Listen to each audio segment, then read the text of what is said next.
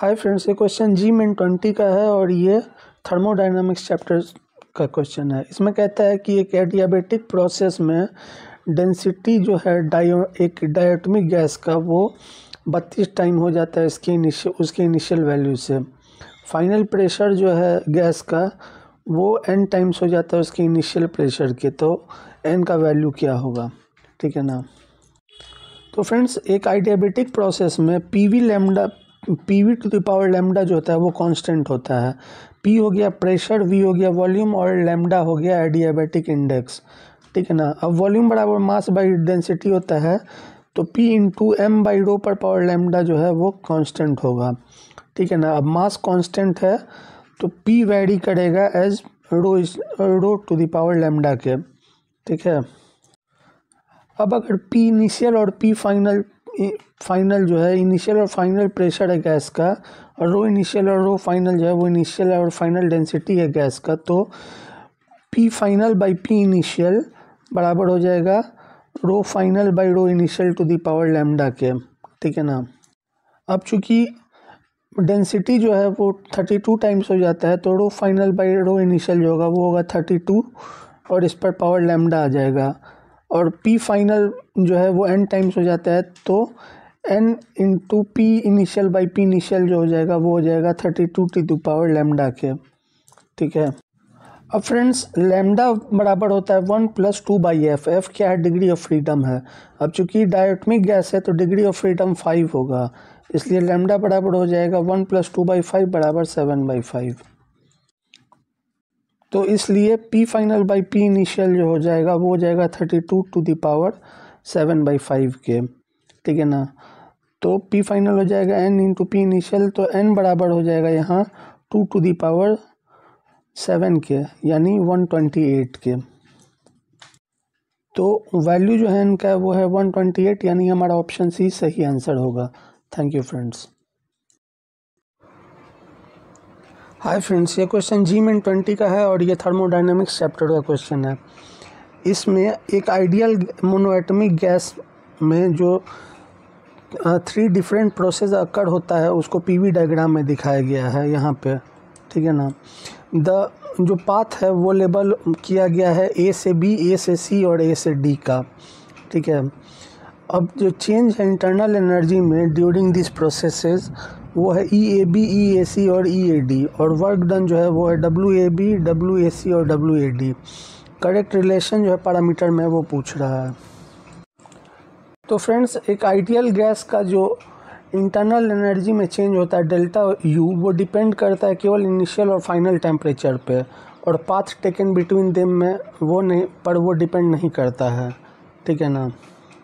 तो यहाँ change in internal energy delta U हो जाएगा आपको NCV into delta T। N हो गया नंबर ऑफ मोल, CV हो गया molar specific heat at constant volume, और डेल्टा T हो गया चेंज इन टेम्परेचर, मतलब T final minus T initial. अब फ्रेंड्स, डेल्टा T यानी T1 इज इक्वल टू हो जाएगा T1 माइनस T2 के, ठीक है। और ये सभी पाथ्स के लिए जो है ये डेल्टा T आइडेंटिकल होगा, ठीक है ना। तो मतलब फ्रेंड्स, डेल्टा T जो होगा वो सेम होगा ऑल प्रोसेसेस के लिए, ठीक है। यानी A से B, A से C और A से D, इन तीनों प्रोसेसेस के लिए डेल्टा T सेम होगा। तो फ्रेंड्स, डेल्टा U बराबर है NCV डेल्टा T। अब चूंकि डेल्टा T तीनों प्रोसेसेस के लिए सेम है, इसलिए डेल्टा U यानी चेंज इन इंटरनल एनर्जी भी सेम होगा तीनों प्रोसेसेस के लिए।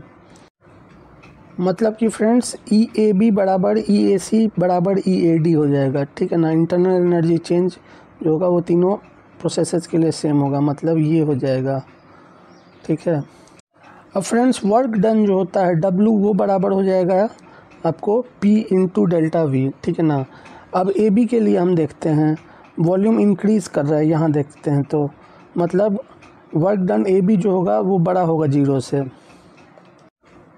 AC के लिए देखते हैं तो वॉल्यूम जो है कांस्टेंट रह रहा है यहाँ AC, इसका मतलब वर्क डन अराउंड AC जो होगा वो 0 होगा।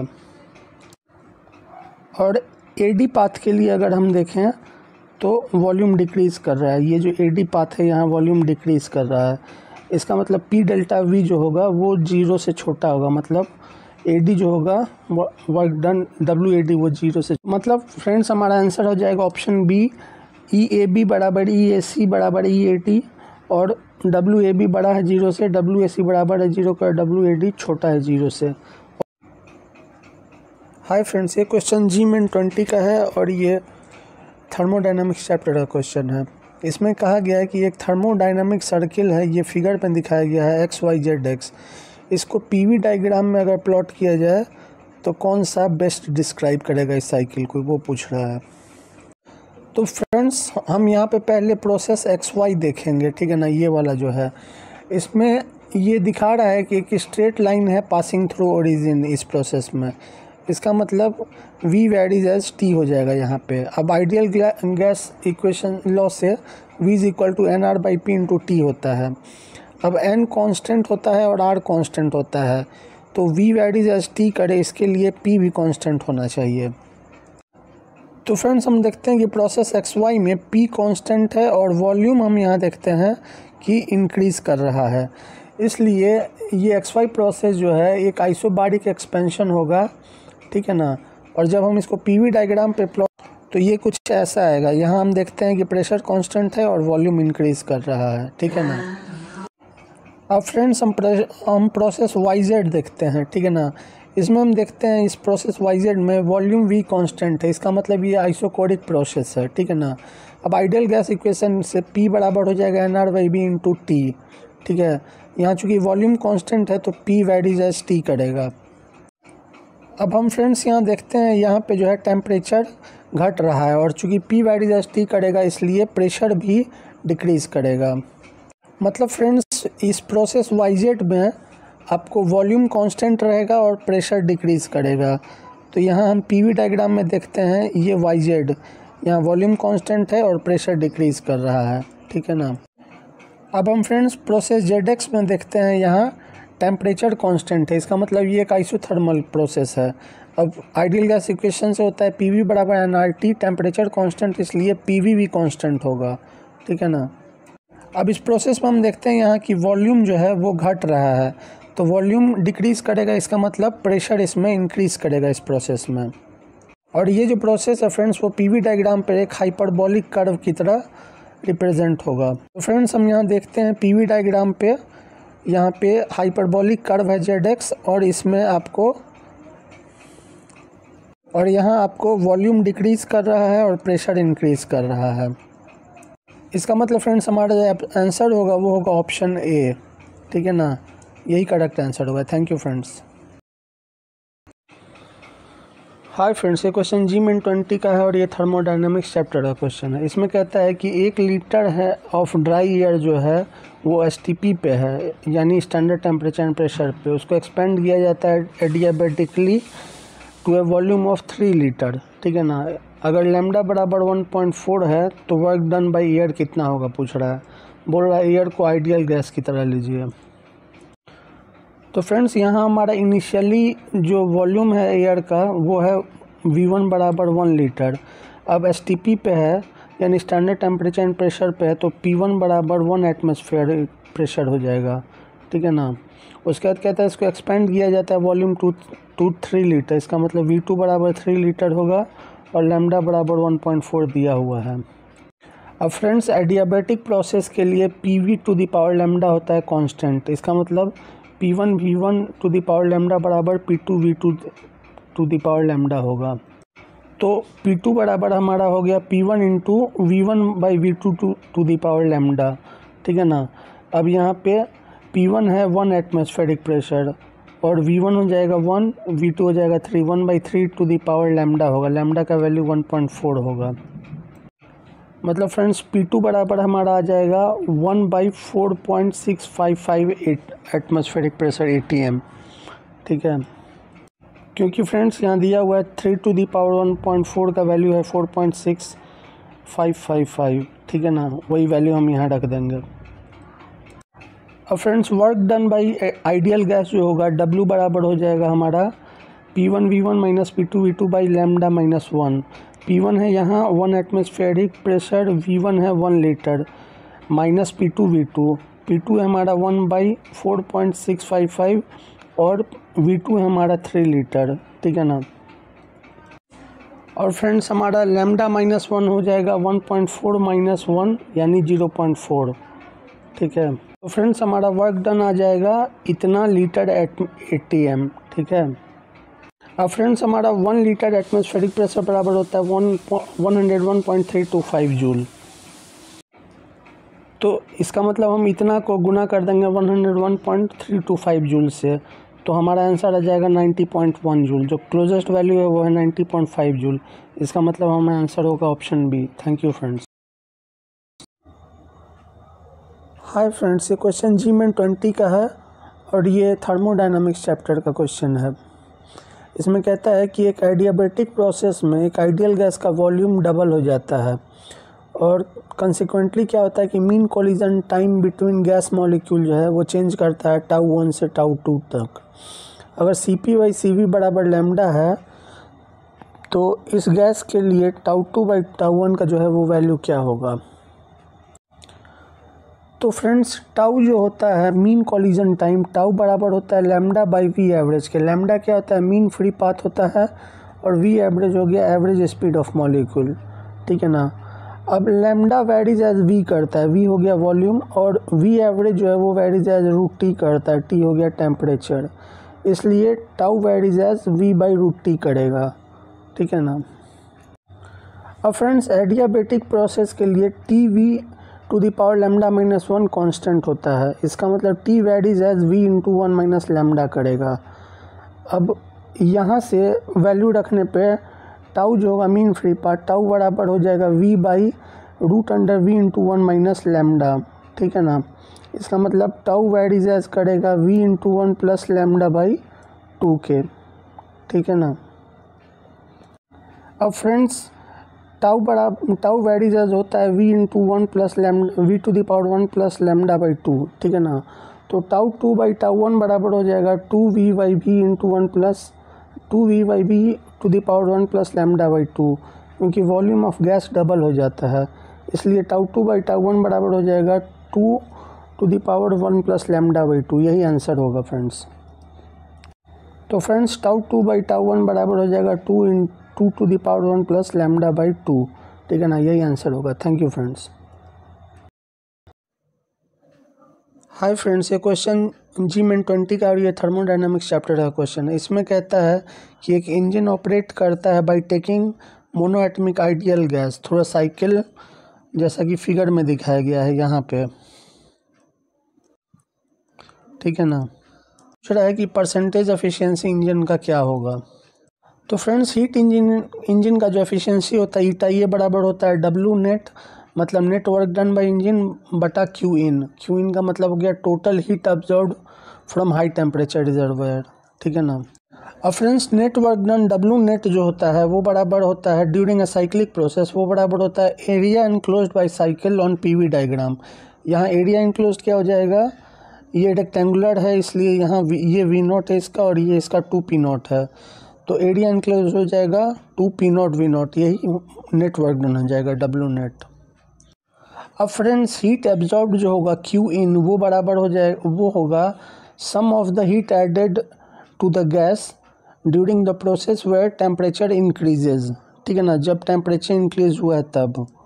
अब हम देखते हैं यहाँ फ्रेंड्स की प्रोसेस AB में जो है टेम्परेचर इंक्रीज कर रहा है, ठीक है ना, ये TA है और ये TB है।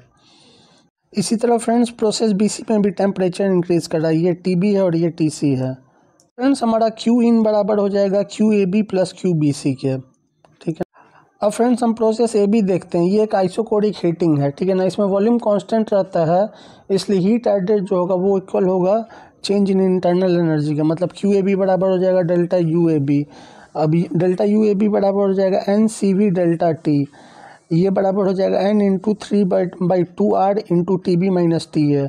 CV बराबर हो जाएगा हमारा 3/2R के फॉर ए मोनोएटमिक गैस, ठीक है ना।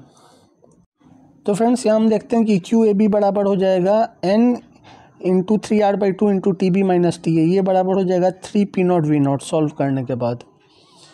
अब फ्रेंड्स हमारा प्रोसेस बीसी देखते हैं। प्रोसेस बीसी में क्यू बीसी बराबर हो जाएगा N C P delta T हो जाएगा। सी पी बराबर हो जाएगा सी वी प्लस आर बराबर हो जाएगा 3R/2 प्लस आर, ये हो जाएगा 5/2 आर। तो क्यू बीसी बराबर हमारा आ जाएगा N into 5R/2 into T C minus T B. तो फ्रेंड्स हमारा क्यू बी सी बराबर आ गया यहाँ पे n into 5R/2 into T C minus T B. Solve करेंगे इसको तो ये हमारा आ जाएगा 15/2 पी नॉट वी नॉट। तो फ्रेंड्स हमारा क्यू इन बराबर आ गया क्यू ए बी है 3 P not V naught plus Q B C, ये है 15/2 पी नॉट वी नॉट, ये आ जाएगा 21/2 पी नॉट वी नॉट। तो फ्रेंड्स हमारा एफिशिएंसी ईटा बराबर आ जाएगा डब्ल्यू नेट जो कि है 2 P not V not by Q in, ये है 21/2 पी नॉट वी नॉट, ये हो जाएगा 4/21। एफिशिएंसी हमारा आ जाएगा 90%। Thank you friends. Hi friends, ये क्वेश्चन GMIN20 का और ये थर्मोडायनामिक्स चैप्टर का क्वेश्चन है। इसमें कहता है कि एक हीट इंजन जो है वो इन्वॉल्व है एक्सचेंज ऑफ हीट में, जो कि है 1915 जूल -40 जूल प्लस 125 जूल और माइनस क्यू जूल ड्यूरिंग एक साइकिल, ठीक है ना। और एक साइकिल में वो एफिशिएंसी अचीव कर रहा है 50% का। तो वैल्यू जो होगा क्यू का वो कितना होगा पूछ रहा है। तो फ्रेंड्स यहाँ जो नेट हीट एक्सचेंज होगा क्यू नेट वो होगा sum of all the heat exchanges का होगा। तो क्यू नेट बराबर हो जाएगा हमारा Q1 plus Q2 plus Q3 plus Q4। यहाँ वैल्यू रख देंगे तो ये हो जाएगा 1915 -40 प्लस 125 माइनस क्यू जूल हो जाएगा। मतलब क्यू नेट बराबर हो जाएगा 2000 माइनस क्यू जूल। अब फ्रेंड्स हीट एब्जॉर्ब जो होगा क्यू इन वो करस्पॉन्ड करेगा पॉजिटिव हीट एक्सचेंज के। तो क्यू इन बराबर हो जाएगा हमारा पॉजिटिव हीट एक्सचेंज है 1915 जूल प्लस 125 जूल, ये बराबर हो जाएगा 2040 जूल। अब फ्रेंड्स एफिशिएंसी जो होता है हीट इंजन का ईटा वो बराबर होता है डब्ल्यू नेट बाई क्यू इन के, ठीक है ना। जबकि डब्ल्यू नेट जो है net work done by engine है, ठीक है। अब एक साइक्लिक प्रोसेस के लिए नेट वर्क डन जो होता है वो इक्वल टू होता है नेट हीट एक्सचेंज के, मतलब डब्ल्यू नेट बराबर होगा क्यू नेट के। तो ईटा बराबर हमारा आ जाएगा Q net by Q in. Q net का वैल्यू हमारा दिया हुआ है 2000 माइनस क्यू और क्यू इन का वैल्यू दिया हुआ है 2040। अब फ्रेंड्स एफिशिएंसी जो दिया हुआ है वो दिया हुआ है 50%, इसलिए ईटा बराबर हो जाएगा 0.5 और ये बराबर हो जाएगा 2000 माइनस क्यू बटा 2040 के।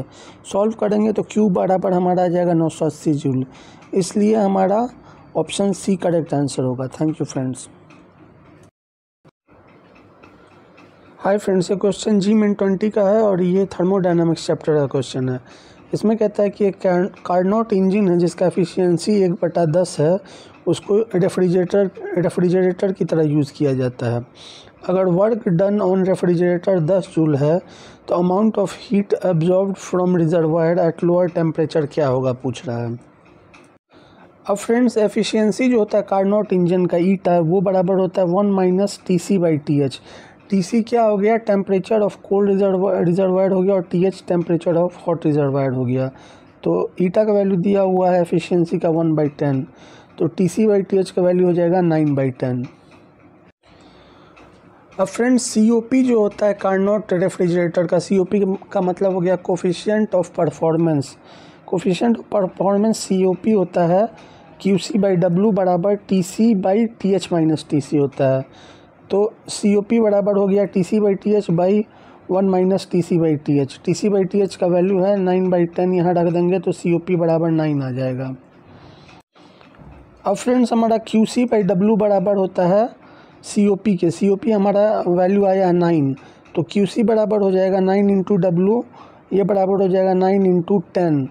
वर्क डन ऑन रेफ्रिजरेटर जो है W वो है 10 जूल के, तो 9 गुना 10 हो जाएगा, ये हो जाएगा 90 जूल। QC क्या होगा, QC हो जाएगा heat absorb from reservoir at lower temperature, तो QC का वैल्यू हो जाएगा 90 जूल। यही हमारा आंसर होगा, यानी ऑप्शन डी हमारा आंसर होगा। Thank you friends.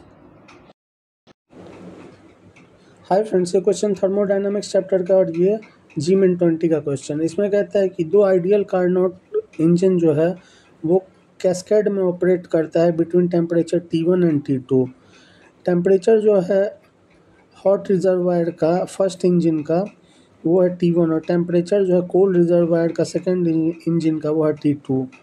T जो है टेम्परेचर है सिंक का टेम्परेचर है फर्स्ट इंजन का, जो कि also source of second engine है, ठीक है ना। तो टी और T1 T2 में क्या रिलेशन है पूछ रहा है। तो फ्रेंड्स मान लेते हैं कि Q1 जो है वो है heat observed by first engine from the source at temperature T1, ठीक है। और Q जो है वो है heat rejected by first engine to the sink at temperature T, ठीक है ना। और यही Q जो है वो है heat absorbed bye second engine from its source at temperature T, ठीक है ना। और Q2 जो है वो है heat rejected by second engine to sink at temperature T2, ठीक है। अब फ्रेंड्स एक आइडियल कार्नोट इंजन के लिए ratio of heat exchange with reservoir जो होता है वो बराबर होता है ratio of absolute temperature of reservoir के। इसलिए Q cold by Q hot हो जाएगा T cold by T hot के।